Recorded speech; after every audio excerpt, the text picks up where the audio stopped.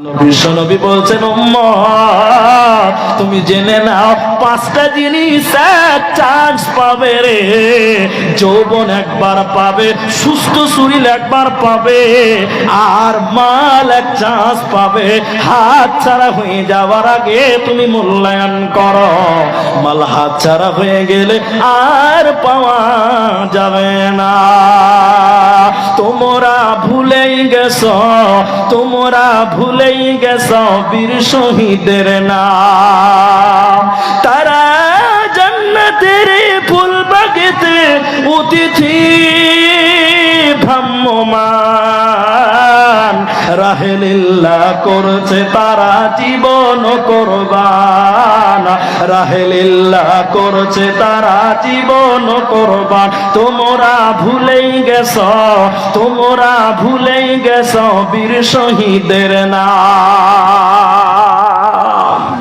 3টা হলো।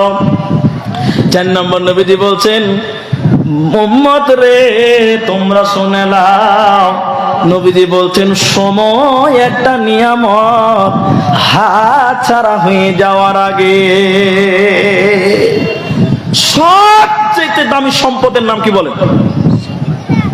বলুন, সবচেয়ে দামি জিনিস কি? সম্পদ সময়। সময় যেটা চলে যায় আর পাওয়া যাবে। घड़ी बोलছে मैं टिक टिक टिक टिक टिक टिक टिक टिक चलता हूँ, हरदम हरदम हरदम हरदम चलता हूँ, कभी नहीं रुकता हूँ। घड़ी सब समय चले, घड़ीर कोनो स्टपेज নাই আছে না? রাত 2টার সময় খালি 10 মিনিটের চা খাওয়ার লিগে দম লাই। জি, সবাই ঘুমাবে, দম নিবে, সময় কিন্তু ঘুমায় না। এজন্য যে সময়টা পেরিয়ে যেছে, মাথা ঠুকে মরে গেলেও এই সময় আর পাবে না। ভুলামারি মাদ্রাসার জালসাতে এসে আজকে শত শত লোক মেলাতে ঘুরে বেড়ায়, জিলাপি খায়। এই জিলাপি আর পাঞ্চা বাচ্চি জিলাপির মেলাতে আপনার ভাই আপনার বন্ধু ঘুরে বেড়াচ্ছে। আপনার একটু জোরে বলবেন, এই যে জালসার টাইমটা পেরিয়ে গেছে, রাত 12টা বাজে। আচ্ছা বলুন, এই সময়টা আর পাওয়া যাবে? বলেন, যাবে না। অতএব সময় চলে গেলে আর পাওয়া যাবে না। এই জন্য নবীজি বলছেন, সময় একটা নিয়ামত, হাত ছাড়া হয়ে যাওয়ার আগে। সময়ের গুরুত্ব নিয়ে একটা কথা বলছি। 3 দিন হরতাল, গোটা কাটিহার বন্ধ। কাপের দোকানে শাটার লাগিয়ে দিয়েছে, ঘুমাচ্ছে। কোনো টেনশন আছে? বলেন, আছে? কোনো টেনশন নাই। বড় ব্যবসায়ীরা মার্কেট বন্ধ করে দিয়েছে, কোনো অসুবিধা নাই। কিন্তু বলেন, বরফের দোকানের ঘুম হবে? হ্যাঁ, বরফের দোকানি যত মিনিট যাবে ওর শরীরের ঘাম তত বেয়ে বেয়ে পড়বে। কারণ যত সময় যাবে বরফ চুয়ে চুয়ে চুয়ে চুয়ে পড়বে, তার সময়ের মূল্যটা অনেক। এই জন্য আমি আয়াত পড়েছে, আল্লাহ তাবারাক ওয়া তাআলা নবী বলছেন, আন উমরিহি ফিমা আবনাহু, সময় তোমাকে আল্লাহকে বুঝিয়ে দিতে হবে। হে পৃথিবীর মানুষ, আল্লাহ তোমার জীবনে 70 বছর টাইম দিয়েছে। আল্লাহ কিয়ামতের দিন 70 বছর বুঝিয়ে দিতে বলবেন। আল্লাহ বলবেন, প্রতিটা বছরে 12টা মাস ছিল, প্রতিটা মাসে 30টা দিন ছিল, প্রতিটা দিনে 24টা ঘন্টা ছিল, প্রতিটা ঘন্টাতে 60টা মিনিট ছিল, প্রতিটা মিনিটে 60টা সেকেন্ড ছিল। এই প্রতিটা সেকেন্ড, প্রতিটা ঘন্টা, প্রতিটা মিনিট, প্রতিটা দিন, প্রতিটা সপ্তাহ, প্রতিটা মাস, প্রতিটা বছর তোমাকে 70 বছর গুনিয়ে দিতে হবে। এর নাম হলো ইন্না ইলাইনা ইয়াবাহুম সুম্মা ইন্না আলাইনা হিসাবাহুম। তোমার 70 বছরের সময়টা আল্লাহ তোমাকে যে লম্বা সময় দিয়েছিল, এই 70 বছরের সময়টা তোমাকে আল্লাহকে বুঝিয়ে দিতে হবে, পাই পাই করে বুঝিয়ে দিতে হবে। নচেত কোনো উপায় রবে না, রবে না, রবে না। একেই বলা হয়েছে, আল্লাহর কাছে যেতেই হবে, হিসাব দিতেই হবে। সময়ের হিসাব তোমাকে বুঝাতে হবে।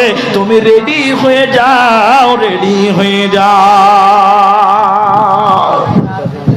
5 নম্বর নবীজি বলছেন, 5 নম্বরে বিশ্ব নবী বলছেন, ওয়া হায়াতিকা কাবলা মাউতিকা, হায়াতাকা কাবলা মাউতিকা, মৃত্যুর পূর্বের সময়টাকে নিয়ামত মনে করে লাও। কত কঠিন অবস্থা হবে ভাইরা আমার, মায়েরা আমার, কঠিন সময়ের কথাটা শুনেলেন, হায়াতটাকে তুমি নিয়ামত মনে করে লাও। আল্লাহ তাবারাক ওয়া তাআলা কোরআনে বলেছেন, লা তুলহিকুম আমওয়ালুকুম ওয়ালা আওলাদুকুম আন যিকিরিল্লাহ ওয়া মান ইয়াফআল যালিকা ফাউলাইকা হুমুল খাসিরুন। এরপরে আল্লাহ বলেছেন, মানুষ যখন মৃত্যুর ফেরেশতা দেখে, মানুষ যখন মৃত্যু শয্যায় পতিত হয়ে যায়, একজন মানুষ যখন গারগারাট শুরু হয়ে যায়, বিছানায় পড়ে আছে, আজরাইল ফেরেশতা চলে এসেছে জানটা কবজ করার জন্য, তখন সে মানুষটা বলতে থাকে, আমাকে এতটুকু সময় দাও, আমাকে এতটুকু সময় দাও, কিঞ্চিত পরিমাণ সময় দাও, আমি দান করব, আমি ভালো মানুষ হয়ে যাব। ওয়া আনফিকু মিম্মা রাযাকনাকুম মিন ক্বাবলি আইয়াতিয়া আহাদাকুমুল মাউত। আয়াতের তাফসীরে মুফাসসিরিনগণ বলছেন, মানুষ যখন মৃত্যু শয্যায় পতিত হয়ে যায়, আজরাইল যখন চলে আসে, ঘরঘর শুরু হয়ে যায়, জারজার শুরু হয়ে যায়, চোখগুলো বড় বড় হয়ে যায়, ওই ব্যক্তি তখন আজরাইলকে দেখতে পায়, এই মানুষটা তখন আজরাইলকে দেখতে পায়, আজরাইলকে দেখে তার চোখগুলো বড় বড় হয়ে যায়, ভয় পেয়ে যায়, তখন এই মানুষটা বলতে থাকে, আল্লাহ 1 মিনিট টাইম আমাকে দাও, একটু সময় আমাকে দাও। ওয়া আনফিকু মিম্মা রাযাকনাকুম মিন ক্বাবলি আইয়াতিয়া আহাদাকুমুল মাউত, মৃত্যু আমাদের টাইম দাও, আমরা দান করব, আমরা ভালো মানুষ হয়ে যাব। আল্লাহ কোরআনে বলছে, জি না, কোনো টাইম দেওয়া হবে না, কোনো সময় দেওয়া হবে না, তোমরা ভালো হতে চাও, তোমরা দান করতে চাও, আইয়াতিয়া আহাদাকুমুল মাউত, মৃত্যু চলে আসার আগে তোমরা দান করো। মওতের ফেরেশতা আসার আগে, আজরাইল চলে আসার পূর্বে তুমি ভালো হয়ে যাও, ওই সময়টাকে নিয়ামত মনে করো। এই জন্য বিশ্বনবী বলছেন, ওয়া হায়াতাকা কাবলা মাউতিকা, মৃত্যুর পূর্বের হায়াতটাকে তুমি নিয়ামত মনে করে লাও। আজরাইল আসিবে, তোকে সঙ্গে ধরিবে, ফিরে চলে যাইবে, বন্ধুর ভালোবাসা সঙ্গে যাবে না, আর তো কোনো দিন ফিরে আসবে না, ঘুমায়ে যাইবে তুমি চিরজনমের মতো, আর তো কোনো দিন ছেড়ে দেবে না, আর তো কোনো দিন ফিরে আসবে না। সময় আছে তোমার, করো ইবাদত, এই দুনিয়া মুসাফির খানা, আর তো তোমায় ছেড়ে দেবে না, ঘুমায়ে ঘুমায়ে যাইবে তুমি চিরজনমের মতো, আর তো কোনো দিন ছেড়ে দেবে না। অতএব নবী বলছেন, সময়টাকে নিয়ামত মনে করে নাও, মৃত্যুর পূর্বের হায়াতটাকে তুমি দামি মনে করে নাও। একটা হাদিস আপনাকে বলছি, তাহলে বুঝতে পারবেন, এই যে দুনিয়াতে আছেন 70 বছর 80 বছরের সময়টা খেলাধুলা, রং তামাশা, রং লীলা, আল্লাহ তাবারাক ওয়া তাআলা বলবেন, যেদিন টেনে হিচড়ে নিয়ে যাবে, যেদিন ফেরেশতারা কিয়ামতের দিন আপনাকে উলঙ্গ করে দাঁড় করাবে, সেদিন একটা একটা করে যখন কারণ পেশ করবে, এই সময়ের ব্যাপারে আপনাকে জিজ্ঞাসা করা হবে, যখন উত্তর দিতে পারবেন না, সেদিন আপনি হবেন পশু প্রাণীদের মতন, সেদিন আপনি পশু প্রাণীদের মতন, কারণ পশু প্রাণীদের জীবন চলে এরকম, খাও কামাও আর বাচ্চা পয়দা করো, খাও কামাও বাচ্চা পয়দা করো। দুনিয়াতে যারা এই নিয়মে চলবে, খাও কামাও বাচ্চা পয়দা করো, মৃত্যুর পূর্বের সময়টাকে যারা কাজে লাগাবে না, খাও কামাও আর বাচ্চা পয়দা করো, ওদের কিয়ামতের দিন পশুর মতন তাদেরকে মিট্টি বানিয়ে দেওয়ার কথা বলা হবে। আর তারা আফসোস করে বলবে, আল্লাহ আপনি আমাদের কেন পশু বানালেন না। খাও কামাও বাচ্চা পয়দা করো। উত্তরটা কেমন? এটা কুকুর, এটা কুত্তা, এটা কুকুর, সে কি করছে? এপারা ওপারা ঘুরে বেড়াচ্ছে, খাচ্ছে, ঠিক আছে, আর কামাচ্ছে, বাচ্চা পয়দা করছে। মানে কুকুরের কোনো ইবাদত নাই, কুকুরের কোনো হিসাব নিকাশের ব্যাপার নাই, কুকুরের কোনো আখেরাত নাই। ও টেনশন খাচ্ছে, কামাচ্ছে, বাচ্চা পয়দা করছে। এখন আপনারা বলুন তো, আমাদের সমাজে 100টার মধ্যে 90টা মানুষের খাসনাত হলো এরকম, খাও কামাও বাচ্চা পয়দা করো।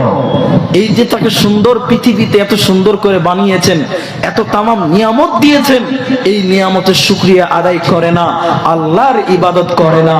আচ্ছা বলুন, এই মানুষটার আর পশুর মধ্যে কোনো পার্থক্য আছে?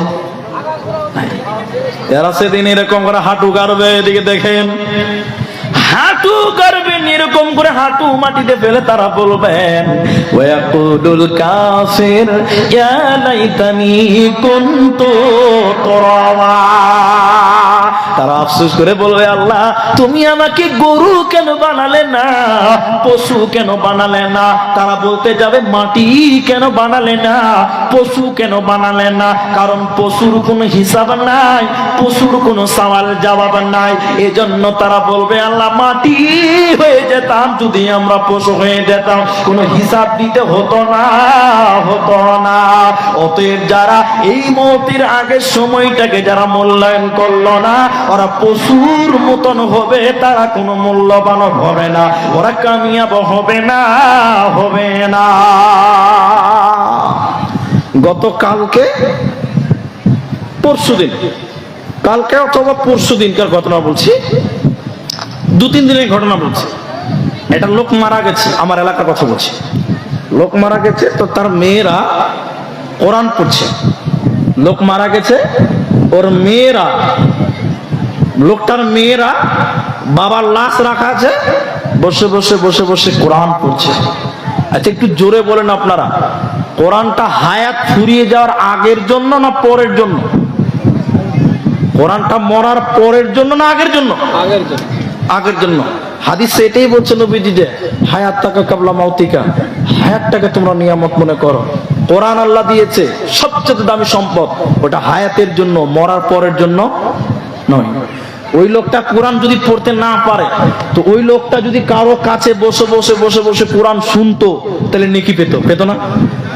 যে লোকটা মরে গেছে, সারা 11 মাস তো দূরের কথা, রমজান মাসেও কোনোদিন কোরআন পড়া তো দূরের কথা, বসে বসে শুনেও নাই। এখন লোকটা মারা গেছে, এই মরা ব্যক্তিকে কোরআন শোনাচ্ছে, কোনো লাভ হবে? জোরে বলে না। কারণ এত দামি সম্পদ হায়াতের জন্য, হায়াত যতদিন আছে ততদিন কোরআনটা তুমি শুনলে লাভ আছে, কোরআন পড়লে লাভ আছে। মরে গেছে, কোরআন শুনিয়ে কোনো লাভ হবে না। যখন মানুষ মৃত্যু কাছিয়ে যায়, তখন তার সামনে বলা যায় লা ইলাহা ইল্লাল্লাহ।